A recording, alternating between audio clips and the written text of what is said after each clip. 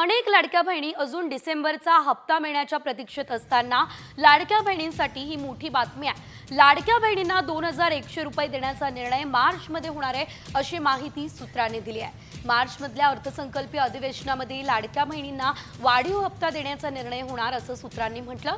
तर लाडक्या बहिणींच्या खात्यात ऑगस्टचे पैसे जमा झाले, त्यानंतर सप्टेंबर, ऑक्टोबर आणि नोव्हेंबरचे हप्ते एकाच वेळी जमा करण्यात आलेत आणि आता डिसेंबरचा हप्ता कधी जमा करायचा याचा निर्णय कॅबिनेटमध्ये होणार असल्याचं देखील कळतंय।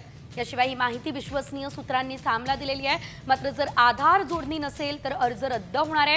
तर विशेष म्हणजे फडणवीस सरकारनं हिवाळी अधिवेशनात लाडकी बहीण योजनेसाठी 1400 कोटी रुपयांच्या तरतुदी केलेल्या आहेत।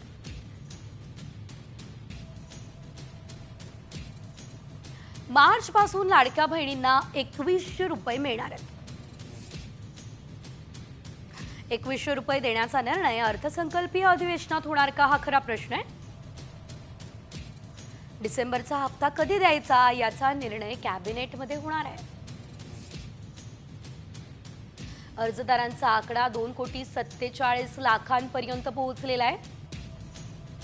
तर आधार जोडणी नसल्यास लाडक्या बहिणींचा अर्ज रद्द सुद्धा होऊ शकतो।